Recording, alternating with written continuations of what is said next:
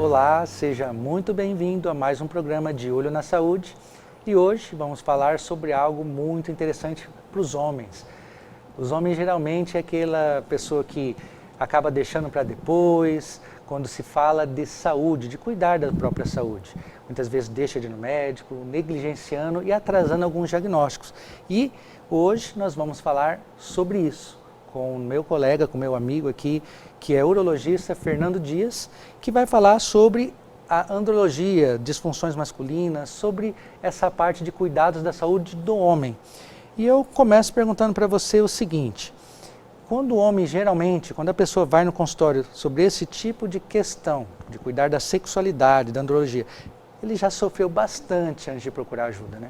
Prazer estar aqui com vocês, espero trazer informações aí para os homens que estão nos assistindo, né?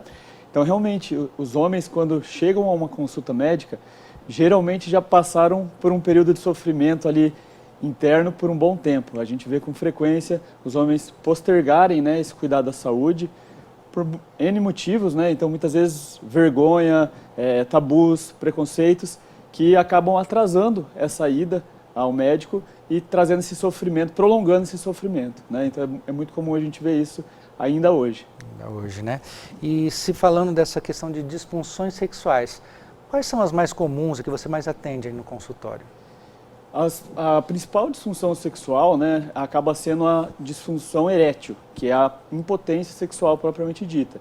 Então, são homens, né, que não conseguem atingir uma ereção suficiente para ter uma relação sexual. Isso a gente acaba vendo que, na verdade, não é exclusivo de idosos. Cada vez mais a gente tem atendido um público jovem com disfunções, com disfunção erétil, tá? E a segunda seria a questão ejaculatória. Então, a ejaculação precoce, né, ou ejaculação rápida. Então, seriam as duas principais doenças aí dessa parte sexual que a gente atende na clínica: a disfunção erétil e a ejaculação precoce. Esse assunto é bem um tabu, né, de conversar, a falta de confiança, o medo de se expor, né, muitas vezes acaba atrasando e dificultando esse tratamento, que quase como tudo na medicina também deve ser assim na andrologia, né, que quanto mais cedo a pessoa procura, melhor o diagnóstico, muitas vezes é mais fácil o tratamento. E um grande tabu também nessa mesma linha, né, é do exame de próstata, né, que a gente, como homem, acaba se deparando com a necessidade e muita gente acaba confundindo sexualidade com a necessidade de fazer esse exame preventivo. O que você diz sobre o exame da próstata em relação à questão da idade, quando ir, quando não fazer? Perfeito. Então, falar na saúde masculina é um tema muito interessante, porque a gente nota que o exame de próstata vem como a primeira coisa na cabeça de um homem quando ele vai a um urologista.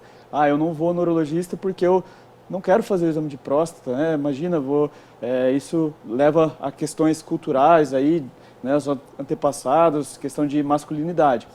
Enquanto a gente vê que, na verdade, o urologista é muito mais do que o exame de toque. Então, a gente acaba sendo o médico do homem e isso leva a cuidar da sua saúde de uma maneira mais ampla. Então, a gente acaba, muitas vezes, vendo hábitos de vida que não estão adequados, estimulando esse homem a fazer uma atividade física, revendo alguns exames e, dentre eles, a saúde da próstata.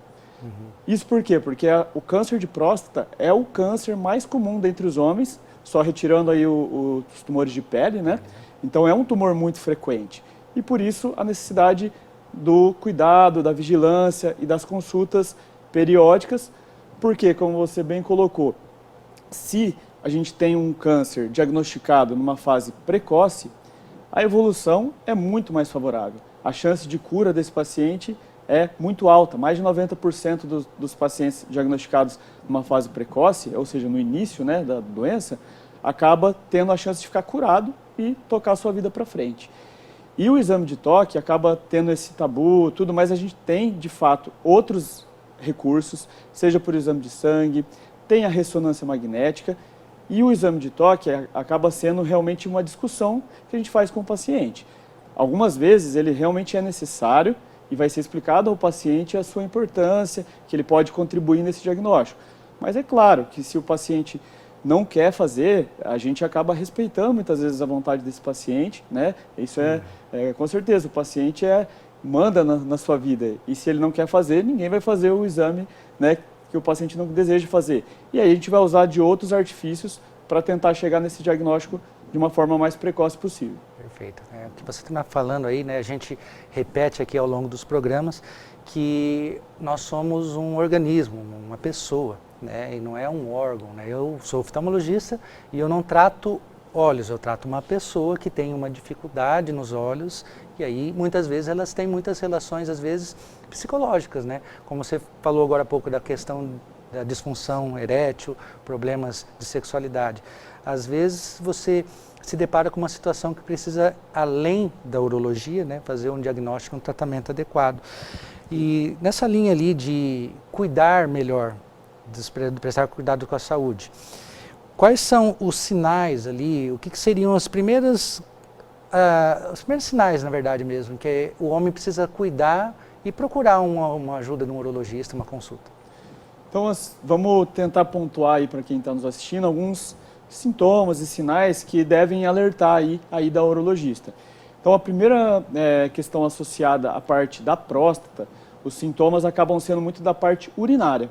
Porque a próstata é uma glândula que tem a ver com a parte sexual, né? Ele produz uma secreção, mas o canal da urina, a uretra, passa por dentro da próstata. Então, quando a gente tem um aumento da próstata, alguma doença relacionada, muitas vezes o primeiro sintoma desse paciente acaba sendo alterações urinárias. Então ele vai ter um jato mais fraco para urinar, pode começar a acordar várias vezes à noite para urinar, acaba tendo uma sensação de esvaziamento incompleto, parece que não saiu tudo que tinha para sair da urina. Então são alguns sintomas aí associados a doenças da próstata. Falando da parte sexual, a gente realmente tem, cada indivíduo manifesta de uma maneira, mas muitas vezes a gente acaba tendo os sintomas iniciais e associado, por exemplo, à perda daquela ereção matinal, né, pela manhã. Então, ao acordar, muitas vezes o homem tem o pênis ereto, aí associado à parte hormonal, é um mecanismo considerado fisiológico. Muitas vezes esse homem começa a não ter mais isso, tá? Começa a ter insegurança ou dificuldade aí nos seus relacionamentos, então ele vai para a relação preocupado, não consegue relaxar para a relação, já vai preocupado e receoso de ter a falha. Então esses são aí indícios de que realmente a situação não está legal e que merece um cuidado, uma avaliação especializada para melhorar a sua qualidade de vida. Isso não necessariamente tem uma idade certa para acontecer, né? Não tem idade certa, a gente acaba associando muitas vezes a disfunção sexual com os idosos, como eu disse, mas cada vez mais aí na clínica a gente tem visto pacientes jovens, às vezes mesmo no início da vida sexual, com problemas, seja ejaculatórios ou da ereção. E aí, bem você disse, do papel do psicológico. Então a gente vive hoje num mundo extremamente agitado, em que os trabalhos são extenuantes, não há tempo para lazer, rotinas, né, que deixam o paciente, chega muito cansado em casa, preocupações, às vezes problemas financeiros. Tudo isso tem um impacto significativo na qualidade sexual do paciente. Muitas vezes não é um paciente que tem uma disfunção orgânica, né, como uma obstrução de uma artéria que vai para o pênis ou alteração dos nervos que vão para o pênis. É simplesmente uma disfunção psicogênica. Mas o tratamento começa ali no nosso consultório ao avaliar e diferenciar. Então, é uma disfunção psicogênica ou é uma disfunção orgânica associada, por exemplo, a um diabetes, a um paciente tabagista. Então, esse é o nosso desafio.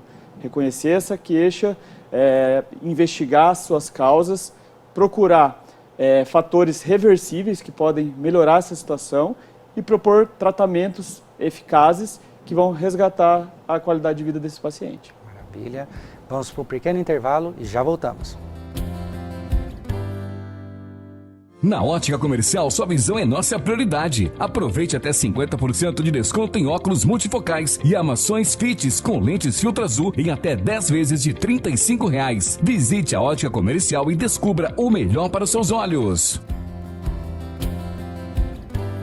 Estamos de volta para continuarmos falando sobre a sexualidade masculina, hoje com o urologista e meu amigo Fernando Dias, falando um pouquinho mais a respeito da disfunção sexual. A gente comentou agora há pouco de alguns sintomas, de algumas coisas que acontecem, mas a gente também não pode esquecer também que muitas vezes a pessoa usa de artifícios ali que colegas fazem, o tratamento. E eu acho interessante, uma vez eu vi uma reportagem, até estava conversando com um pessoal aqui, que um dos medicamentos para essa função aí, para a disfunção, é um dos mais vendidos, mas na hora que você pergunta quase ninguém compra, né? Então é sempre um amigo que está utilizando esse medicamento. E em relação a essa pessoa que utiliza medicamentos uma vez por conta, a questão da sexualidade, da disfunção erétil, quais são os perigos que eles estão correndo com isso? Então, vamos deixar bem claro aí nessa situação, esses medicamentos, eles são tradicionais já para o tratamento da disfunção erétil e a grande questão é que esses pacientes podem comprar sem qualquer receita. Então aí entra o Sildenafil, né, que o nome é genérico para a classe do Viagra, que é mais bem conhecido, né, o famoso azulzinho, e o Tadalafila, que é o que antigamente tinha só o Cialis, hoje em dia tem outras marcas.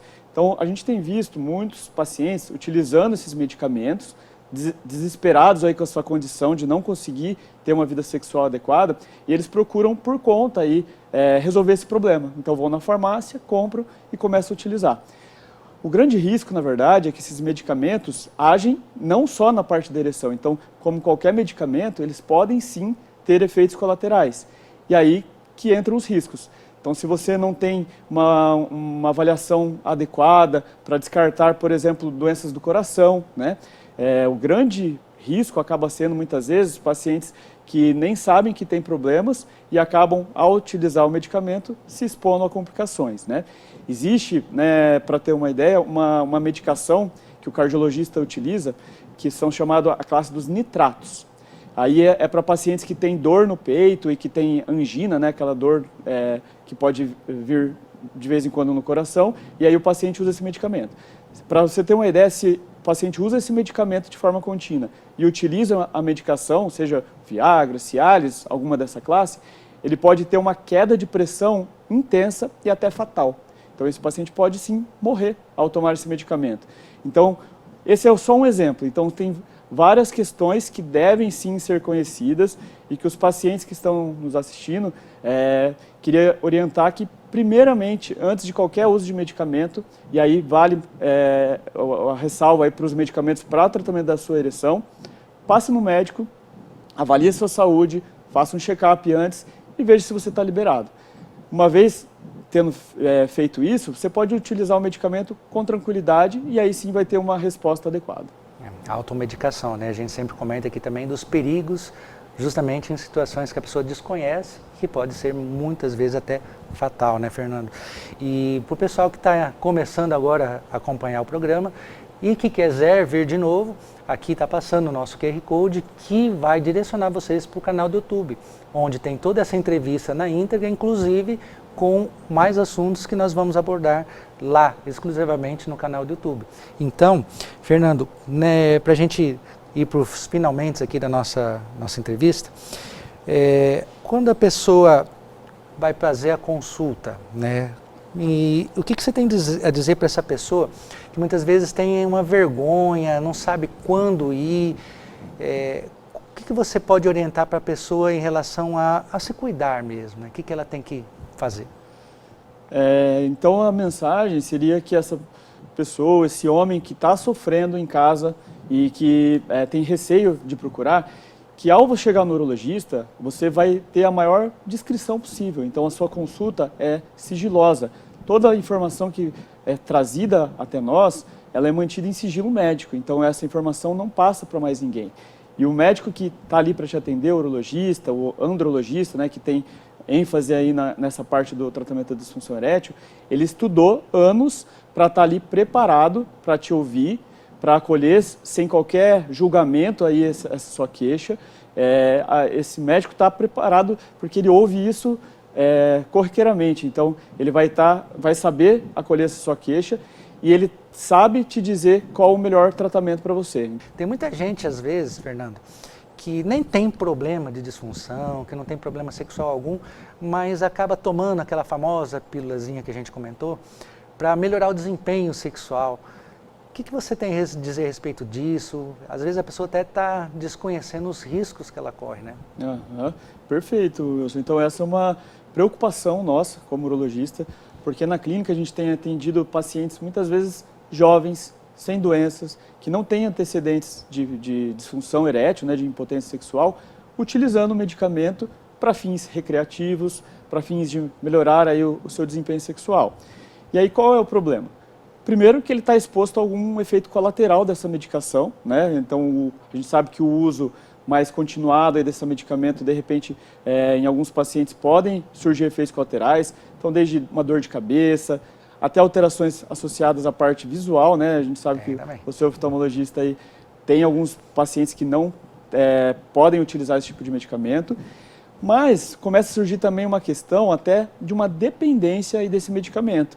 Então o paciente começa utilizando o medicamento por um fim recreacional, sem ter uma indicação precisa, e depois se vê refém aí desse medicamento e dependente. Então ele acaba tendo, é muito comum a gente ouvir histórias de pacientes que começaram utilizando e depois não conseguem parar. Ao parar esse medicamento, eles começam a ter, aí sim, um problema real de disfunção erétil. Então ele começa a ficar dependente desse medicamento. É só o perigo aí, né? Às vezes até a dependência psicológica, porque pensa, puxa, se eu não utilizar isso, minha performance não vai ser mais as mesmas, né? E em relação à questão ainda dessa natureza de melhorar a performance, desempenho, a gente entra numa área também que é um pouco delicada, que é a questão dos hormônios, né? Muita gente usa hormônios, às vezes, sem orientação, por conta, só porque ouviu dizer, porque fulano usa. A gente sabe também das famosas bombas que são usadas nas academias para hipertrofia. As pessoas que usam isso, será que elas sabem o risco que elas estão correndo? De fato, eu acredito que não, porque realmente a gente tem visto uma questão epidêmica aí mesmo, né? Uma epidemia de uso de testosterona e sem qualquer tipo de acompanhamento e indicação. Então esse é o grande risco. Porque a testosterona, na verdade, é um hormônio excepcional aí para a saúde masculina. Ao se falar em homem, em sexualidade, a gente sabe que a testosterona tem um papel fundamental. E, inclusive na constituição corporal, né? A testosterona é fundamental para o desenvolvimento muscular, para diminuir a gordura abdominal. Agora, o uso da testosterona não bem indicado, ou seja, sem indicação, acaba muitas vezes tendo riscos também. Então aí é uma preocupação, porque nas academias, né, no meio muitas vezes dos esportistas, o uso da testosterona tem sido feito com muito abuso. Então doses suprafisiológicas, ou seja, muito acima do que necessárias, trazendo riscos, sejam de eventos cardiovasculares, então até risco de tromboses, formação de trombos, porque o sangue fica mais espesso, pode aumentar os glóbulos vermelhos, riscos de aumento da próstata, então esses pacientes acabam sendo submetidos a um aumento prostático com essa dose suprafisiológica, podendo ter sintomas urinários. Se já tem um câncer latente, ele pode fazer um boom, né, aumentar rapidamente. Então, e além disso, efeitos cardiológicos. Até li um artigo recente falando aí que nós vamos ter uma geração de cardiopatas no futuro, associados a esse uso indiscriminado aí dos hormônios, né, das bombas, da testosterona de forma abusiva. Isso que é legal que você mencionou, né, porque não quer dizer que não existam casos que sejam necessários, que o paciente se beneficie, que seja indicado que ele use. Mas o que a gente vê, como você mesmo falou, que são pessoas que usam muitas vezes porque ouviu falar que é bom, porque o vizinho usa, sem a consulta, sem avaliação, sem essa mensuração, sem medir esses riscos. E isso acaba sendo muito arriscado em alguns casos, né? A pessoa pode estar ali, como você mesmo mencionou, colocando gasolina ali nesse fogo que pode acabar levando a um problema sério de saúde. Olha quanta coisa legal que nós estamos conversando aqui com o Fernando Dias, que é o urologista aqui em Maringá. E uma coisa interessante, né? A gente ouve muito falar da menopausa, né? Mulher entra na menopausa, aquelas alterações hormonais, calorão, etc. Mas eu ainda acho que hoje ainda falamos muito pouco sobre a andropausa. Eu tenho certeza que muita gente que está ouvindo essa palavra nem desconfio que seja ou está ouvindo aí pela primeira vez. O que é a andropausa? Então, a andropausa, na verdade, é aí para fazer analogia à menopausa, o termo médico mesmo que a gente usa acaba sendo outro, é distúrbio androgênico do envelhecimento masculino. Nada mais é do que uma queda gradual que vai tendo da testosterona com o passar do tempo. Geralmente, a partir dos 40 anos, já começa esse declínio, mas é um declínio lento. E o que a gente vê é que existe muito, conforme a predisposição individual de cada um, como vai ser esse ritmo de queda da testosterona. Mas os sintomas acabam surgindo quando tem essa queda da testosterona. Então aí é um paciente que acaba tendo uma menor disposição para atividade física, uma diminuição do ânimo, pode ter uma queda na libido, então o paciente piora o seu desempenho sexual.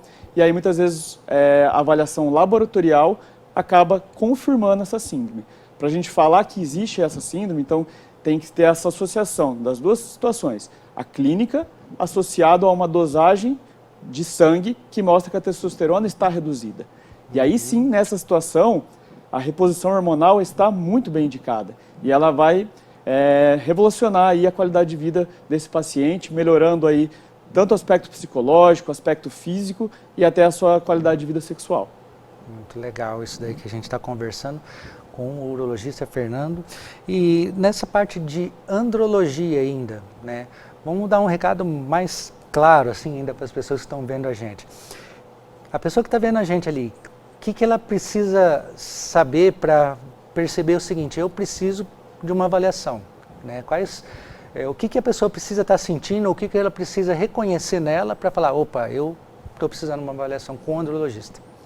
Então, só esclarecendo, o andrologista nada mais é do que o urologista, com uma ênfase nos cuidados aí da saúde sexual masculina. Entra também a parte de fertilidade masculina, né? Então, essa parte de disfunções sexuais, fertilidade masculina, os hormônios, toda essa parte acaba sendo ênfase do andrologista.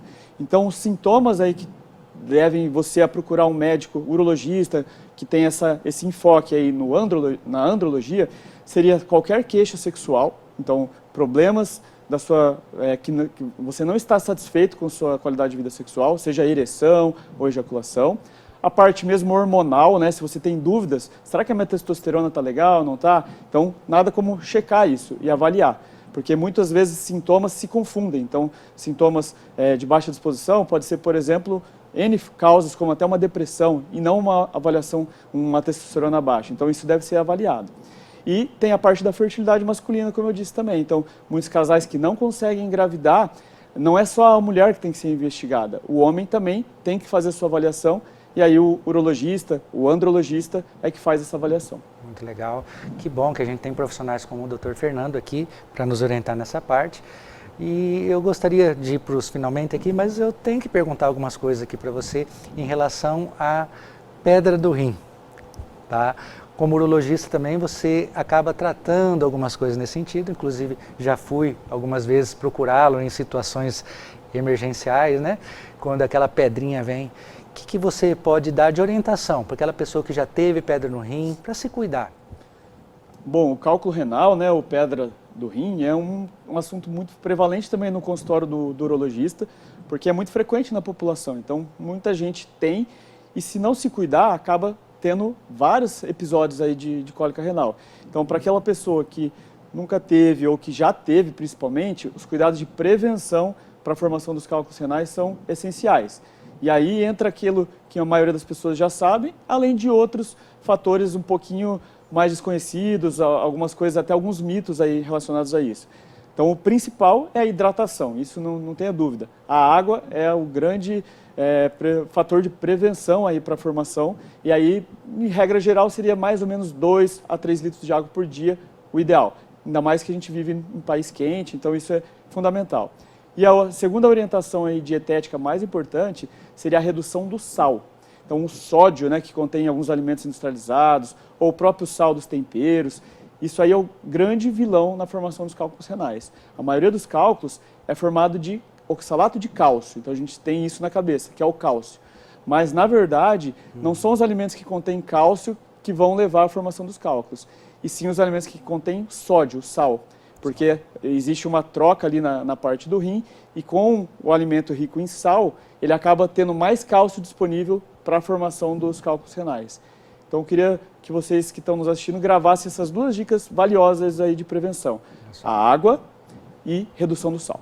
Olha só, e já serve para outras coisas também, né? A água e o controle do sal. Muito bem, Fernando. Para finalizar, deixe aí o recado para o pessoal e como eles fazem para te encontrar. Então, prazer aí estar com você aí nessa entrevista. Quem nos acompanhou aí, agradeço a atenção. Espero ter contribuído.